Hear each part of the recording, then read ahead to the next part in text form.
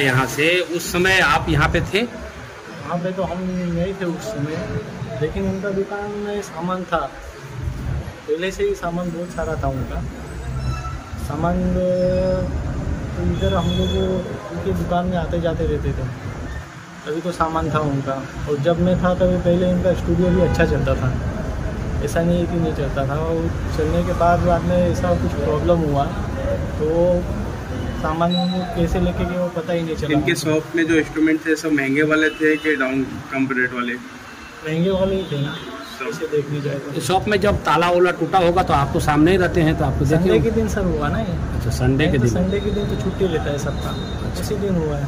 और मंडे के दिन तो सब खाली था। अच्छा, इस एरिया के जितने CCTV कैमरा है वो क्या चालू है? वो तो हाँ चालू है। चालू है। मैनेजमेंट कौन देखता है यहाँ का? मैनेजमेंट तो वही बोले सर। आपका क्या नाम हुआ? गणेश। उनका जो मेन ऑनर है उनका कहना है जो इस दुकान के अंदर कोई भी सामान नहीं था, ये दुकान बिल्कुल खाली था।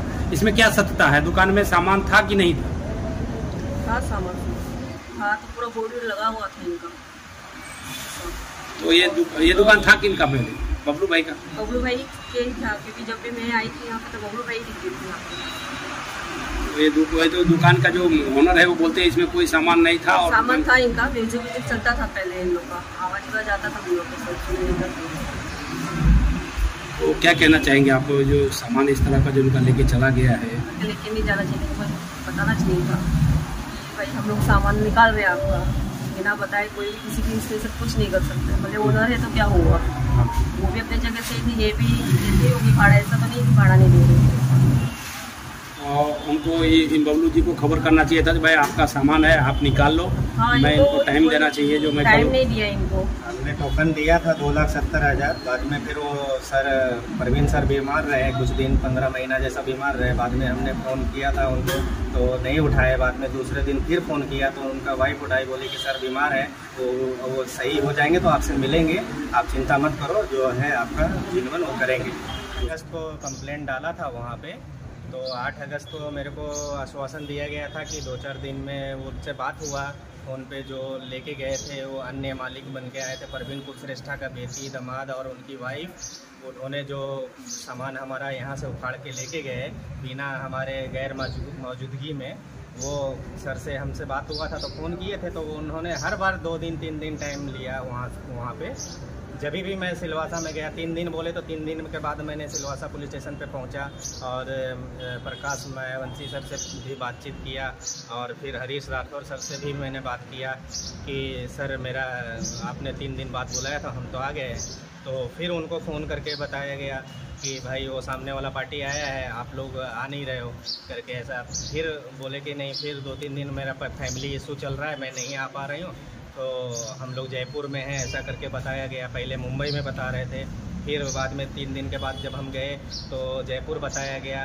फिर ऐसे करते करते आज 1.25 महीना बीत गया है, अभी तक हमारा कार्रवाई का जो है चल रहा है, ऐसा बता रहे हैं। जब हम जाते हैं तब हमको आश्वासन ही मिलता है और उन्होंने बोला कि हम जांच पड़ताल कर रहे हैं। और कल के डेट में वो आए थे, वहाँ पे आने के बाद उन्होंने बोला कि से इनका सामान वहाँ पे नहीं था, हमारा ससुर साहब ने 15 दुकान इसमें ख़रीद के रखा थे, वो हम ताला खोल के सब भाड़े पे चढ़ा रहे थे। एक इसका बाकी था, वो भी हम ताला खोल के चढ़ा रहे थे, जो कि हमारा इसमें सामान था और मेरा लॉक लगा हुआ था। वो लॉक वो टूटने वाला नहीं था, वो समझ लीजिए कि वो ग्राइंडर मशीन से कट सकता है।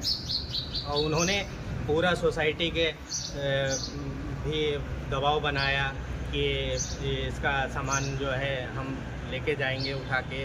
और उन्होंने संडे के दिन 8 अगस्त को हमको पता लगा, उसके 8 अगस्त से पहले संडे को यहाँ पे जो कोई नहीं था, उस समय उन्होंने पूरा गाड़ी में भर के पिकअप में सब सामान उठा के लेके गए। और ये झूठ मुझको बोल रहे हैं कि उनका सामान नहीं था।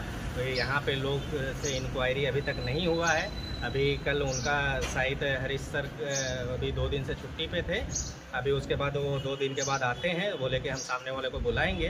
बुलाने के बाद उनसे जो भी है स्टेटमेंट लेने के बाद हम वहाँ पे जहाँ पे घटना स्थल है वहाँ पे पहुँच के हम सारे लोगों से हम इंक्वायरी करेंगे और भी इसका जो भी पुख्ता साबुत है हम निकालेंगे। और आज का दिन रुक जाओ। ये उन्होंने, ये हमारा 127 नंबर में था, ये बना हुआ था, पूरा सब सेटअप बनाए थे हम रिकॉर्डिंग स्टूडियो का। इसमें अच्छा खासा खर्चा किए थे, फर्नीचर में 7 लाख रुपये किया था और 9.5 लाख का इसमें इक्विपमेंट था। और ये इन्होंने जो लूट के लेके गया, यहाँ के लोग जानते हैं मुझे। 2017 से मैं ये दुकान चला रहा था। 2020 में इन्होंने गलत डील करके, इनका ससुर साहब ने, परवीन कुलश्रेष्ठा, गलत डील करके इन्होंने ले लिया। बाद में हमारे पास आए तो हमने बोला कि सर ये तो हम इसमें बहुत अच्छा खर्चा किया हूँ, ये तो सर हमको हमारा अधिकार होना चाहिए पहला। जब हम अगर नहीं लेने के सक्षम में हैं तब आपको लेना चाहिए था। तो उन्होंने बोला कि ठीक है, गलती तो हो गया है, अभी आप क्या करना चाहते हो आप बता दो। खाली करना है तो जो भी है आपको, मैं जो भी थोड़ा बहुत इधर से उधर करने में, शिफ्ट करने में खर्चा जाएगा वो हम दे देते हैं, या तो आप लेना है तो ले लो, कोई दिक्कत नहीं है, मेरा 15 दुकान है ऑलरेडी। तो उन्होंने बोला, बैठक करवाया, मोहन वारली आए थे, SK सिंह आए थे, तो हमने फिर लेने के बातचीत में फाइनल किया। 60,000 रुपया टोकन दिया, पहले 2,10,000 दिया था, कैश में दिया था। मुझे पता चला कि ये लोग कुछ गलत भी कर सकते हैं, तो हम तो विश्वास पे दे दिए थे। उन्होंने बोला कि जब ये दुकान लेने का आप अधिकार रखते हो तो आपके पास पैसे वैसे है कि ऐसा ही आप खाली फेंकने के लिए बोल रहे हो कि मेरे को दुकान चाहिए ऐसा वैसा। तो मैं बोला कि सर मेरे पास तो है नहीं, लेकिन अरेंज कर देंगे, ऐसा कुछ नहीं है। तो हमारे पास एक धर्मेंद्र सिंह करके कॉन्ट्रैक्टर आते थे, तो उन्होंने अपना GST का पैसा भरने वाला वो उन्होंने रोक के 1,02,000 रुपया उनका GST का पैसा रोक के बोले कि भाई बबलू भाई, आपका अगर इसमें नुकसान हो रहा है कि अगर ये लोग हटा देता है तो आपका नुकसान हो जाएगा, तो आप एक काम करो, मैं GST वाला पैसा है वो आपको मैं दे देता हूँ, मेरे को अगले महीने में मैं साथ में भर दूंगा पेनल्टी के साथ में, आप लोन वोन करा के जो होगा पेमेंट आएगा तो आप मुझे दे देना। मैं बोला ठीक है, तो मेरा ज़िंदगी बच जाएगा भाई, मेरा पूरा ज़िंदगी का कमाई इसमें लगा हुआ है। तो उन्होंने बोला कि ठीक है, तो कितने पैसे का आपको ज़रूरत है? तो मैं बोला कि मेरे पास अभी 60,000 रुपया है, 1.5 लाख रुपये जैसा कम पड़ेगा। बोला 1,02,000 मेरे पास है और बाकी का मैं किसी दोस्त से लेके देता हूँ। तो उन्होंने फिर एक दूसरे दोस्त से भी ला के फिर मुझे 1.5 लाख रुपया दिए। 60,000 मेरे पास था, मैंने उनको फिर तुरंत 2,10,000 दिया। फिर दूसरे दिन आए मेरे पास, दूसरे तीसरे दिन आए कि अभी आपको लेना ही है, फाइनल है कि खाली करना है, क्योंकि ये इतना 2 लाख में तुम दुकान थोड़ी ना ले लोगे। तो मैं बोला सर मैं लोन के लिए प्रोसेस कर रहा हूँ, मैं लोन का प्रोसेस करूँगा, मुझे टाइम चाहिए साल भर 6 महीने का। तो अच्छा ठीक है, कोई बात नहीं, तो और पैसे है तो दे देना, बाकी क्या पूरा का पूरा लोन तो होगा नहीं, तो ऊपर का पैसा जो है आप धीरे धीरे क्लियर कर देना जैसे जैसे आएगा। तो फिर मेरे पास आए, मैं बोला सर मेरे पास फिर अभी है 50,000 रुपये जैसा है। तो बोला कि ठीक है, तो एक काम करो फिर आप इसको भी भेज देना। मैं बोला सर अभी तो कैश नहीं दे सकता हूँ मैं, और जो भी है अकाउंट में दूंगा, क्योंकि हमको भी थोड़ा सा GST में मेरा भी सब स्टेटमेंट दिखाना पड़ता है। तो उन्होंने बोला कि नहीं ठीक है, तो आप अकाउंट में भेज देना। किसने बोला ठीक है? क्या नाम? परवीन सर, परवीन कुलश्रेष्ठा, जो वो बोले अपना स्कूल का नाम दिए, प्रज्ञा जन सेवी ट्रस्ट के नाम से कोई अकाउंट था, उनमें बोले कि आप उसमें डाल देना, कोई बात नहीं। कदम आपका क्या होगा, आगे का क्या प्रोसेस है आपका?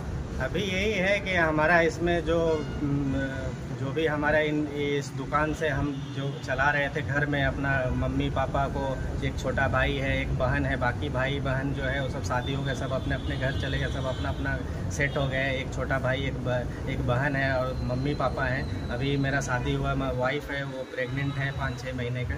अभी हमको तो अभी ये लोग तो पूरा का पूरा मुझे रोड पे ला दिया। अब कैसे मैं ज़िंदगी को मैं वापस मैं ग्रो करूँगा? अब तो भगवान के ऊपर मैं छोड़ दिया हूँ।